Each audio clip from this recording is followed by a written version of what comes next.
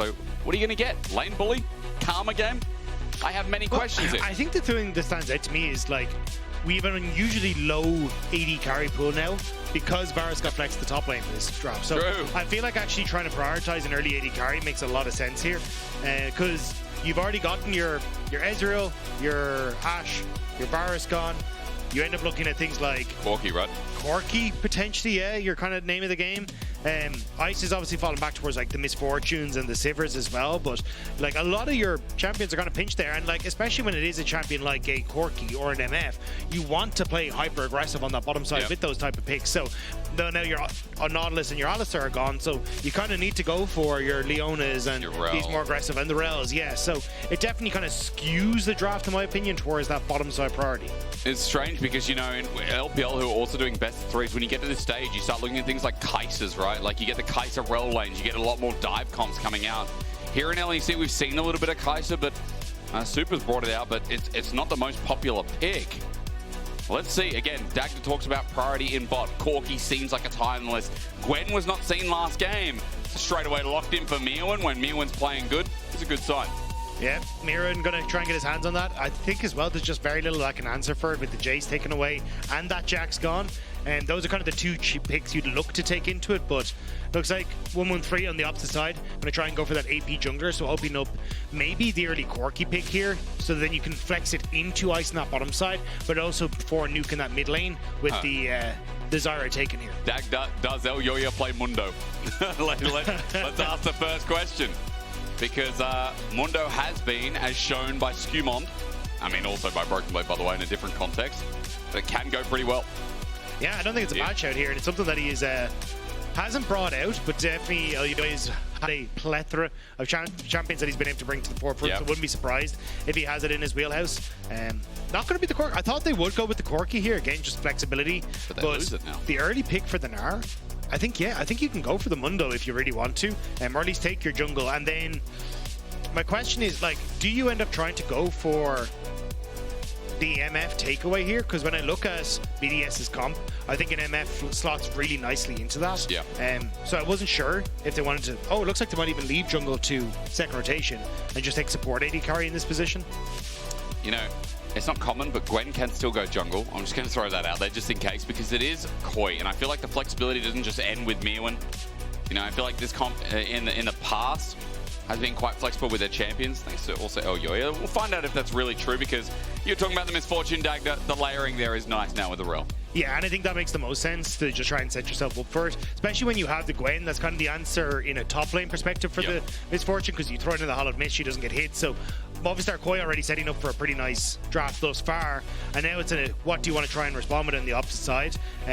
Corki may be something you can fight fire with fire here to try and give Ice some ability to fight back. Jhin also fits into that, but I think that also when you've got DPS coming through from your jungle, Jhin does have a little bit more viability, where he doesn't have to be that sole DPS carry from the bot lane. Yeah, that's a bit of range as well. Utility with the Zyra mixed in.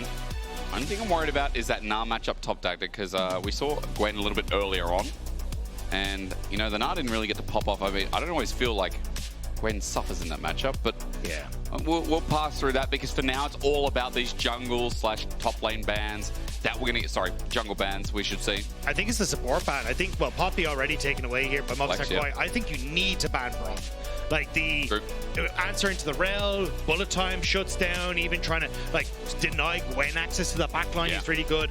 I think Braum is such a powerful pick for Parus, and the only thing is it does mean that you're kind of reliant on this pseudo engage from the Gnar and the Zyra if you want to start off fights, but I don't think it's the worst position to be in when a lot of what Movistar KOI want to do is play into Gnar and Zyra's range. So I think Braum just needs to go here for MKOI.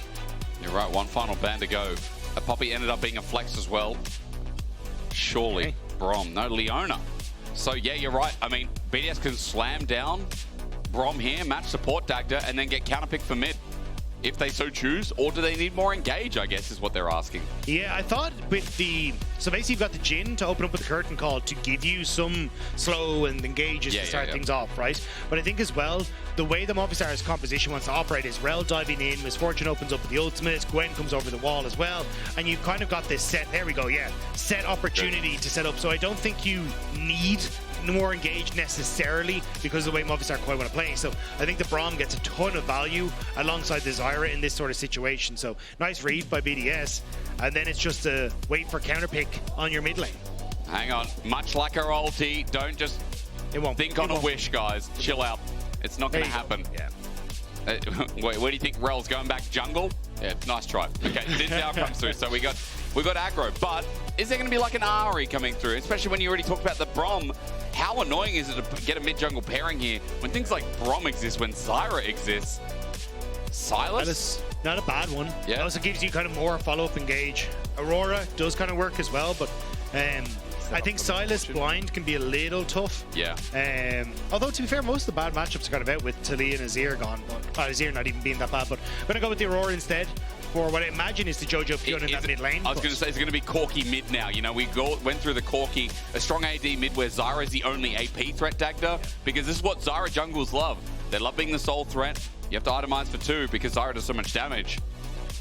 I thought MKOI would look to actually just take the Corki to deny it, but okay, yeah, they're going to go for the AP mid. So we saw a new cover the Lucian, brought it out before. It didn't go as well as BDS would like, but I think it's still a lot of zone control is kind of the name of the game on BDS, and that's what Viktor opts into as well, having that gravity field to control where MKOI can try and operate. And again, Movistar KOI, apart from Misfortune, relatively short range. Like, even the Aurora wants to jump in to get a lot of value out of her spells. So I think that's where BDS are hoping they can catch some of these squishies as they enter into fights. But you've kind of got the MC Hammer comp where we used to talk about in the past, which is the don't touch me with Gwen and Zhao ultimate. So I think this is where you've got at least a decent front line for trying to break through that front.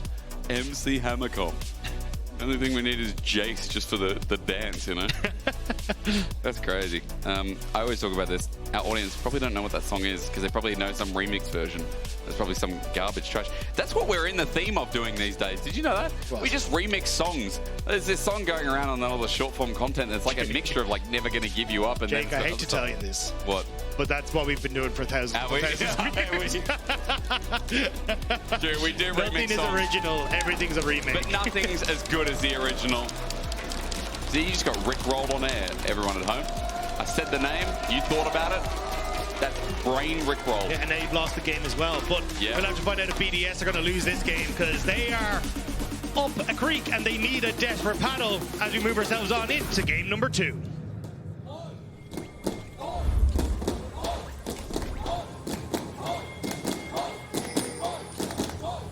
KOI's game 1 was exceptional. Now there's a lot of setup. Up the creek without a paddle, indeed. I love the more vulgar version, but we'll keep it PG for today. 30 seconds until minions. What is that creek made of? You'll find out next episode on Euphoria. I can't say that on Euphoria either. Oh, can't you? We get a couple of more curses thrown in, but I don't know how Who's your guest for this coming week? Are you allowed to say it? Oh, hell yeah. Co-streamer Insight. Yeah, big. Should be fun. I have never seen my... Like most Euphoria questions and stuff, like we'll put out a tweet to see, or whatever, post to see what people are thinking for it. And usually you get like a few responses and I get a few notifications. My phone was unreadable. Oh, really? Yesterday with the amount of messages for them. So definitely one people are looking forward to. Oh, good. Well, you can tune into that in the upcoming week. As Jojopyun's a bad trade early. Nuke just got his Q off and the shielding helped out quite a lot. Pot for each. Already popped up as Nuke just going to keep Q trading here and good dodge away as well. Mid lane matchup will be fun. Let's be real. Finn wanted to see more from Parus. He's on Braum. I don't know if that constitutes more, but let's see how the lane goes versus Misfortune and Rell, who are a bit of a powerhouse duo. Yeah, I think this is where BDS, this is going to be a test for them.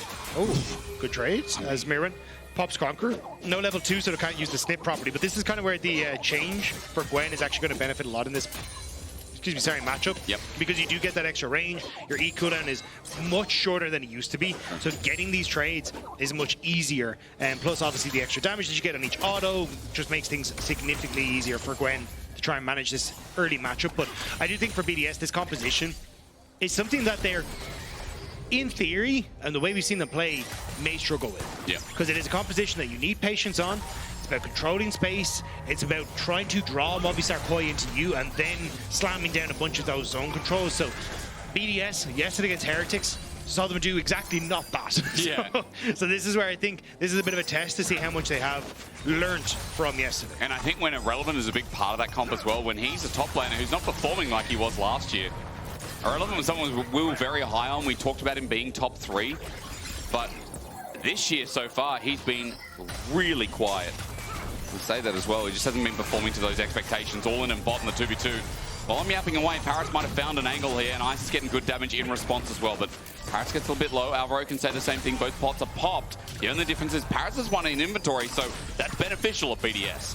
Yeah, they should just continue to get the push here. So good control of our bot side. Mid is in their favor as well. Nuke being able to abuse the fact that his Q is at very long range, as are his autos. So being able to send Jojopyun back early, he's now going to answer, but they're still going to keep that push control across these early stages, which does open up for some plays from 113, and he's definitely been someone who's not shied away from going for some of these invades, but I think it will be on the second spawn of a lot of these camps that he looks to contest. He's already gone for the reset. He's going to pick up the Scuttle Crab on the bottom side.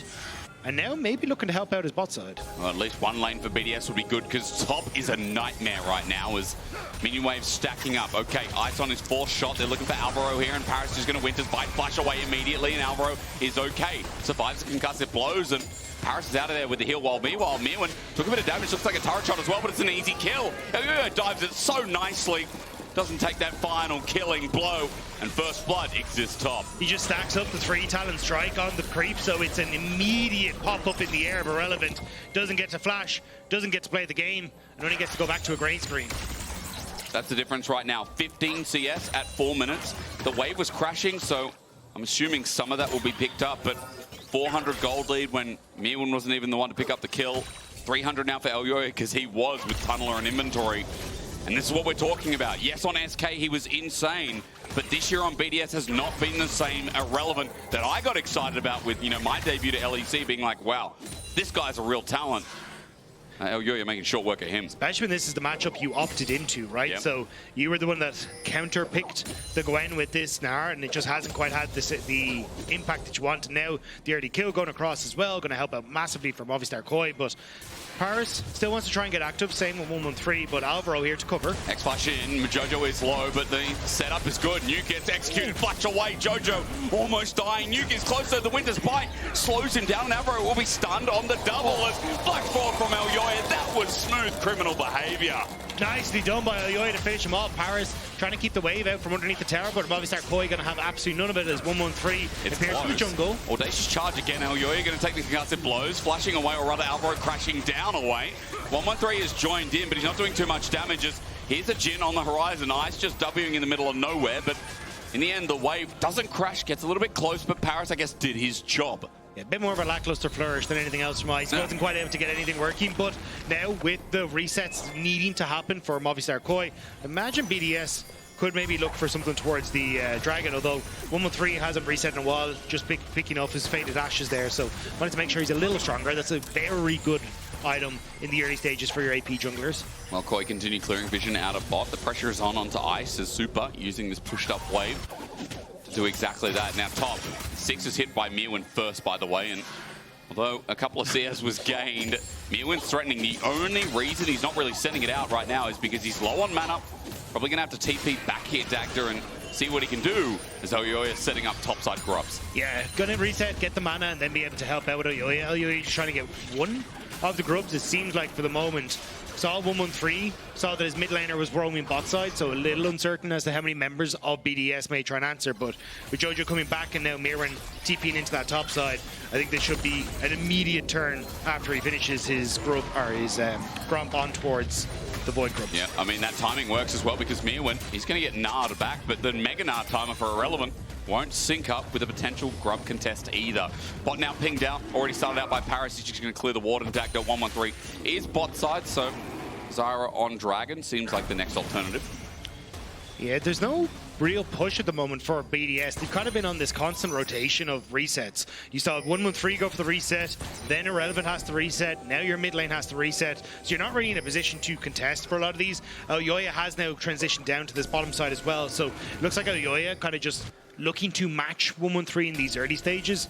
So I don't think they're really in position. You can see now 113 skipping his woes to move back up towards this top side. Looks like he does want to try and get something on the boy group side of things, but yeah, it's been a bit of a back and forth on BDS to try and see where they want to put their attention.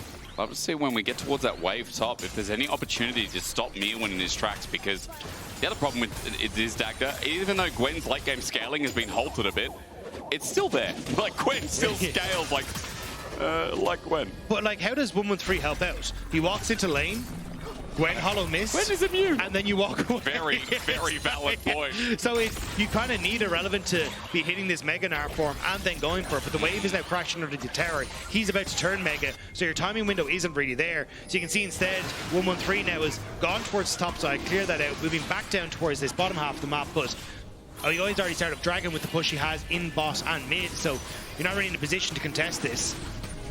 BDS is going to try anyway, isn't he? 113 wants to set up that wild growth setup and at least strangle those thorns as the flash Alvaro matches, but concussive blow sets up. One-man ulti only onto Alvaro. Dragon's just been done though. Alvaro probably happy to sacrifice his life as Jojo hops away. It's one kill, but the start of objectives goes to KOI. I think that was massively unnecessary from Alvaro. This team was not in a position to follow up at all, and you pretty much had the Dragon. So I think playing for as BDS for funning through the choke was probably better for you instead, but it does mean you still at least get Dragon, but it's a kill going across to Ice. True, and that's going to help Ice in this game too, especially when all other lanes are up, and even bot was up before the kill, noting that almost a 10 CS lead for Supa. Speaking of CS leads, mid, it's about 5 for Jojo as well once he receives this wave. But here's the more important lane. Myrwn is still maintaining pressure. I like how engrossed you are in this top lane when nothing's happening. Dude, top, as long as it's not tanked, it's a great meta as Ice. You might be finding the opposite. Bullet time out. Good kite down. Ice gets away, sets up with his curtain call, and Alvaro with a sidestep up. It was clean, but will he survive the final shot? That's a no. Second death here, second kill for BDS. 113 showing up at the perfect time to turn that one around. And Movistar KOI's bot lane getting a little too antsy, as again Elyoya kind of making this play towards the top side. So again we're seeing this Movistar KOI looking for an objective, and unfortunately it's Alvaro who's paying the price as they try and make this happen. But Alvaro's paying the price while KOI is still getting the objectives here. 3 grubs look to be an easy take as Elyoya just on top of it once again. So while kills are going over, I wonder if Ice can really be the difference maker when a 3 grub game with a Gwen in the game is also really nice. Yeah, I think once you start to hit the 5-6, that's when I'm ringing the alarm bells for Myrwn, but at this stage I think you're in an okay spot. Okay. The biggest issue for Ice is, as you already alluded to, is just hitting things this game. Like Myrwn having the hollowed mist, Elyoya having the ultimate, like it makes it kind of difficult to play these fights out. And even to a certain extent, Jojopyun just looking for flanks, playing off of invisibility. So I think this is where Ice's value might be a little hindered, unless BDS are able to set up properly at these objectives. But if Myrwn's popping off like this, it's hard to get there. Hallowed Mist is down though, so if Irrelevant ulti's in 113, this should be easy. Tries to skip away, ulti back in 113, sets it out, strangle those thorns. Myrwn about to die, and he won't get a chance to get the needles out, so Irrelevant. That patience finally comes due. And that's just what we were talking about, right? Waiting for that ultimate to come up on Irrelevant, so then you can move him, or move Myrwn into the position for 113, and 113 was just there at the right time as Myrwn went that bit over aggressive. So again, this kind of like overstepping from Movistar KOI coming in to be a major factor as 113's kind of been reading where that aggression is going to go. That really stagnates another lane for KOI, right? Myrwn now down in gold, and all the pressure that was going down to Irrelevant, it's a breath of fresh air. Bot's also working well in tandem in the 2v2 as well. Look at 113, Dagda. He's decided he's going to pay another visit. Yeah, he's actually managed to sync up now with Elyoya, having that faster clear doing work from his entire jungle's down. So he's like, right, well, I just won top lane, so let me cover bot side. And he's read it as Elyoya is here, but can he do enough? Best Uber Eats driver I've ever seen is 113 hovers on the side. He makes sure your food doesn't get hot, and Parus sends him upwards, and he's absorbing damage for now, but Alvaro ticks over. Both supports dead in the wind as Ice is chunked down, and Elyoya is looking a little bit deeper. He'll find the kill, and that means Ice is down for the count with his shutdown over to the Zhao. When KOI start faltering, Dagda, we come back to the standard, but there's always Elyoya. Yeah, Elyoya having that Sunder Sky completed, doing so much work in that fight, able to bypass a lot of that aggression from, defensive maneuvers from BDS and get on towards Ice, get access to 113, and there just wasn't enough then in the tank to take him down. Elyoya massive at this point as well. Sun to Sky, as you already mentioned, is Myrwn versus Irrelevant, who's going to continue on. Snip, snip, nope. Myrwn going to get autoed a little bit, and Irrelevant, with that gang top, is starting to turn the tides a bit as he approaches the Trinity Force. Yeah, this is where it's starting to get a little wobbly. So, Irrelevant now starting to take control on that top side. You've got bot lane that's a little bit all over the place. 45 seconds until Dragon, so Movistar KOI going to set up a Supa in the mid lane. Look to, I think, overload mid with Elyoya in just a second to guarantee the push for Supa, and then contest these river entrances as BDS. Because you've got that big ultimate from Supa. Yeah. Hope that as BDS are trying to retake, you can get some value out of that pick. Dagda, as we approach 50 seconds toward the next Grubs and 20 towards the next Dragon. Just a side note, fizzy water, it just doesn't taste right. I picked up a bottle from the fridge and it was sparkling. Yeah, I did see the look of disgust on your face if you realize. It was in a glass bottle. I thought, oh, that's nice water. Water from a glacier. It was not. It was fizzy. Yuck. I'm just not cultured, apparently. So you got to look for the Ona, whatever it says now. Oh, yeah, the owner. Yeah. I don't know what the word is, but yeah. Yeah, I don't know either. I just look for OHNE and then I know. This says water for all. It's not for me. This water is a complete lie. Well, with this 1k gold lead, Elyoya is going to tell you a true story around the Dragon. That's the objective stacking for KOI is going to continue. Grub's still not up. Elyoya here first, and he's got a lot of damage, Dagda. This is just dropping like flies. Same position as the last Dragon. Yeah, this is kind of what we're talking about, right? If BDS have control, they can set up in the objective first and play for these choke points. But after they have already lost control, it's really difficult for them to retake that position. Parus is the only person that can really face check. You're walking into a potential flash engage from Alvaro into a bullet time from Supa. There's a lot of damage that can come out very quickly. Nice spacing from Nuke. But yeah, I think that's really where, for BDS, it's starting to fall apart a bit. They don't even get the cross map, and now Movistar KOI again are set up the objective first for pushing mid. So trying to retake this river is going to be really difficult for them. Poke there for 113, not going to connect to anything. KOI got some good wards of their own control set up as Elyoya is just looking to start this off, at least get 4. Sneaking away in front of 113, though, not possible. It's Irrelevant's about to go Mega Gnar, but Jojo pops in the between worlds, and Irrelevant doesn't even have a chance to get his health back. He ulties, flashes, and Jojo looks for another angle, finds it! An enhanced solo kill with Elyoya in the mix, and now no Mega Gnar for the equation. Stranglethorns are out again, but Alvaro is just attached to the roots this game. BDS are running because with the TP on top, Myrwn in a great position. Gwen immune as per usual. 113 separated from the team, and an easy target. He flashes away, but the needles are once again flying. Parus puts up the walls, but tell what? It's free Raptors, it's free Grubs, it's KOI with the 2k gold lead. BDS managed to get a singular Raptor, and they lose 2 members off the back of that play. It will be 5 Raptors going across the Movistar KOI when they decide to take it. And it's everything falling apart for them. And again, like, I like the retake as Movistar KOI had started to shift towards Irrelevant, but this from Irrelevant was not it. Movistar KOI are able to turn so easily on towards them. And you can see, yes, they get in to start taking the Void Grubs, but Nuke is still walking up from mid. Alvaro with the potential flash engage forces that early ult out from 113 because they're scared of being engaged on, and then just barely getting clipped by the Make It Rain and Myrwn TPing in, that sets up for 113 to fall off the back as well. Just BDS uncoordinated on how they wanted to approach the fight, and Movistar KOI pounce immediately. And great individual members from KOI as well. Take the fight in their own hands while Atakan was done while we were in the replay. No, it wasn't. I just saw a flower and got excited. I was about to say 16 minutes. I'm like, oh, wait, they took the flowers? But no. Ignore me. Atakan's up in 3.5 as Herald's now up. Yeah, Movistar KOI also didn't get that 5th grub, so it would have been nice just to get the extra burn, especially for someone like Myrwn. But now in a position once again to contest for this Rift Tower. Pushing mid, good, and Nuke on the bit of a business end of the snips from Myrwn. But look at where the position is, right? You're getting consistent shove in onto this mid wave, which then lets you come across here. And all you want to do is just cut off, we're moved again, but cut off that top side to make sure that it's all fine for Movistar KOI. And you just really can't force your way in towards Alvaro when Supa's sticking in behind him. Like, Supa is sitting with an 800 gold lead. This MF hurts. I wonder when Nuke's going to realize that Myrwn is going to slip him for all of his life. Oh, no. I just see it coming through. Yeah, the Stranglethorn's out again. 113. His ultis haven't been that great this game outside of the pick on Alvaro in the early Dragon. And that ulti now down, KOI might have an opportunity to get top. This was the thing we were saying for BDS. Patience was what we wanted to see from them, but we're not really getting it here. They're trying to force plays, they're desperate to make things happen, but Movistar KOI are just playing out of hand's reach, and now they're grouping on mid. I feel like they're being more patient than BDS. Not known for that with the Magnus Storm down on the turret, dead ice. There's no patience needed because it's a free kill. Set up by Jojo as well from the angle.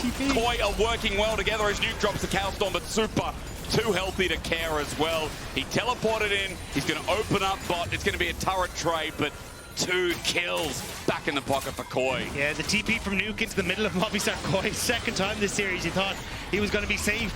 But Movistar KOI are just running through BDS at lightning speed. Rip Tower now to be picked up. Mid tower gone. Double summoners from Nuke. Ice losing double summoners as well. And you've got a potential third dragon for that mountain dragon that's about to spawn in just 45 seconds. How do you try and fight this as BDS? There's this conversation of BDS of like, oh, can they get top 4? I think that conversation needs to go in the bin. I think, can KOI get towards top 3, top 2? That becomes more and more apparent as we start seeing series and coordinated plays like this. Yeah, I mean, this is just wonderful. Supa doesn't even open up with the ultimate because the Braum shield is in the way, but they just have enough damage with the 4 members of Movistar KOI who are here. Nuke TP's in, thinking, hey, I'll be here to support you, but by the time it completes, he has to flash out immediately. Now, Dragon on the cards. You've got 2 items now for your Xin Zhao. The Triforce completed for Elyoya. Rift Herald to help out. Like, the upgrade of the last Whisper, the Lord Dominic's Regard, sorry, now finished for Supa. Like, what do you do as BDS? You kind of just have to give this up, but there's nowhere to cross map. Like, top tower's gone already. Myrwn just uses ult on the wave if you ever try to over-contest, and he still has TP to join. So Movistar KOI just going to get this for free, and BDS are just kind of looking at it going, have you got an idea? Because I don't have any. Well, 113's got his scoreline as his name for this game. Mr. 113 is getting outclassed by Elyoya. I think you can say that this series. The Ivan game was clean. Elyoya was obviously more of a supportive element. Now he's on the carry. He's 7 out of 8 kill participation. I know, Dagda, you feel passionately as Irrelevant going to chase down Myrwn. I'm going to hold on that thought. Gho's going to be used. Chase is there. Myrwn's run out of the extra snips. And Irrelevant about to go Mega Gnar, but a turret in the way. He's going to get chased a bit. And Irrelevant, as he's in Mega Gnar, can Supa actually do enough to hold him? Good spacing. Nice sidestep. Alvaro now coming through, especially with Elyoya on the way as well. If Irrelevant goes down, it might be the Adakan coming soon after. Terra is not healthy enough to keep him alive. He's got the TP. The wave's going to be there, as you said. Teleports out. Flash ulti! Clean as anything from Elyoya. He'll take it up for a bit, and Alvaro will seal the deal with the tip of the spear. Meanwhile, Jojo does die mid, so there is a trade, but as you said, Adakan side of the map. Turret's going to be free there. Bot is looking like Nuke needs to really ramp up the speed to get something more, because this, Dagda, is a quick play. Yeah, tier 2 tower take from Movistar KOI. They will lose mid and bot at least, so BDS do get some go back. They held mid. Yeah, actually, yeah. So you're able to hold mid as Myrwn's able to cover there. Now top tower going down, and only 2, both Supa and Elyoya. Like, that is not a huge amount of people to split that goal between, so they're going to be in a great spot, and now they're on towards Adakan. And no one's going to be nearby. Again, Irrelevant's not there, has no TP, so BDS going to give up Adakan. Flowers for KOI. I think flowers for Elyoya. Dagda, I was going to bring up that I know, are passionate about Elyoya. You think this split, and dare I say this year, he's been underrated a bit with, Yike going to KC, with G2 bringing in Skumon. Elyoya is always and should be, I think, in that conversation for a top 3 jungler. Yeah, I think he's been absolutely insane. The ability to shadow his lanes when they need to, constantly being able to cover, and especially in a game like where, even the last game, you're looking at 3 carries across the board, all of them wanting to push and being vulnerable at all points in time. He does a good job of tracking his opponents. Yeah. And traditionally, he's been on more of the, the tank picks. His most played Skarner, Sejuani. This is now his 2nd game with the Xin Zhao, but it's been much more about him supporting his teammates, but you still get to see when he has his moments, he can still shine on some of these carries. He really can, and again, like, it is nice to see things like Xin Zhao too, because here in the split, it's only been 113 who's actually pulled it out the most. Everyone else, it's a game or middling too, like Myrwn has set up there. Alvaro going to flash away. He's crashed down, gets him out. Good sidestep from the deadly flourish from Magnus Storm in response, so it's Irrelevant. Has to burn his own flash. There's the Stranglethorns out. Elyoya has got his ulti out, but a Winter's Bite concussive blows slows him down. But here's Jojo to separate the circle of death. Again, you need to take it to Mount Doom, but BDS haven't even got out of the Shire. Super flashing away. Nuke's laser ain't there, but Ankh is in the middle of it all. His Chaos Storm looks great, but too much in the way. Again, KOI are just so much better. Game 1, Game 2, in BDS's face. Ice has to deal with it. He flashes away. That's Jojo getting out, but there's more where that came from. Elyoya once again showing his superiority. KOI are just better. A top 4 team shown here. BDS went for the Hail Mary play, hoping to find a pick, but it's intercepted and ran the entire way down the field. Movistar KOI looking at the end zone and looking to end it right here. Well, how can they? I mean, the only question is, what have they got left? It's 10 seconds for Nuke, so it doesn't stop here, but it's the optimism that they will go and end at Dagda. As we look at this replay, and Alvaro, such a bait. But it's a good idea, but Irrelevant just doesn't quite get the CC that he needs, doesn't hit the rock. So Alvaro gets to flash away. Elyoya, the can't touch me that we were talking about, able to tank up the 4th shot from Ice. And then Movistar KOI, the Avengers, pulling out from every which way. The ult from Supa finishes off members, and now it's Parus that's going to fall as well. One more notch on the belt of Movistar KOI.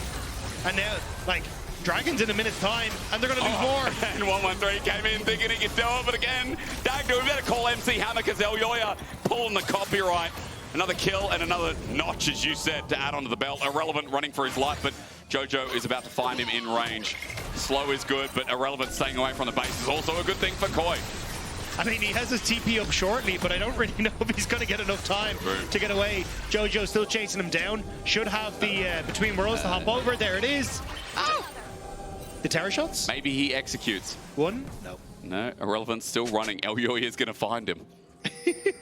I think at this stage, yeah. Wait. No, there's the TP. Elyoya. Random W. No. Had to guessed wrong, but it's still now TP down, Irrelevant back in base, and 20 seconds until Mountain. I heard a BDS fan clapping in the audience, probably. Nice, Irrelevant. At this game, you got to take silver linings at this stage. Yeah, you have to. It's a 10k gold lead at 24 minutes into the game. Sol coming up in 10 seconds, Baron in 30. If BDS lose one more fight, their mid lane is open and an easy window to end the game. Jojo also shepherding that top wave in. BDS have to look in 4 different directions at once, and I don't know how they do that. Not very well, is my guess, as BDS... This is still just such an awkward position because Alvaro just controls this space and you get to do nothing. Like, he is a one-man army at this stage. BDS slowly starting to retake those. Irrelevant was able to move around, but Myrwn sending them packing here. He's letting them retake. As you said, Dagda, call it again. You can't touch this. Nuke runs away. He's got good zone control, and the Stranglethorns would be great, but Jojo has come in with a monster flank. I would do the monster match because you can only dance as BDS to shed away the tears. Ice is in trouble as well. Jojo looking for the final nail, the final piece, and this Jhin running for his life is slowed down, but KOI have killed all but Ice in their way. But they've killed the hopes of BDS. The minion wave is here.